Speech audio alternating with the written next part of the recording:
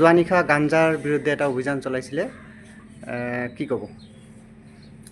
হয়, আমি গোপনীয় সূত্ৰৰ পম খেতি যোৱাকালি ৰাতি আমি গাঞ্জা ধৰ্মপুৰত আমি খবৰ পাইছিলোঁ আৰু আমি এটা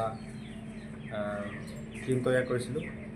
ইতিমধ্যে আমাক বৰপেটা SSP ছাৰে আমাক সন্মানীয় SSP ছাৰে আমাক নিৰ্দেশ দিছিলে, আদেশ দিছিলে। গতিকে আমি আলুপট্টি থানাৰ পৰা এটা টীম গৈ কিনি আমি ধৰ্মপুৰৰ নিয়াৰ কদম তলাত আমি গাঞ্জা 4.5 কেজি এপ্ৰক্সিমেট ধৰিবলৈ সক্ষম হওঁ আগলৈকে। মানুহ ধৰিছে নেকি? হয়, মানুহ পাইছোঁ। নামটো কি আছিলে? নামটো বিল্লাল হুছেইন, 28 বছৰীয়া এটা যুৱক হয়। তেওঁ ব্যৱসায় কৰে এনে বোলে খায়?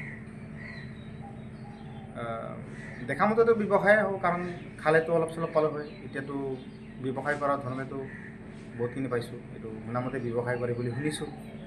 এতিয়া কিমান দূৰ সঁচা ইনভেষ্টিগেশ্যন কৰি ল'ম, কিন্তু আমি পৰিমাণ মতে ব্যৱসায় কৰা বুলি আমি ছাছপেক্টেড কৰি আছোঁ, জাজ কৰি আছোঁ, কাৰণ 4.5 কেজিৰ ওপৰত পাইছোঁ আমি। আজি ফৰৱাৰ্ড কৰিব?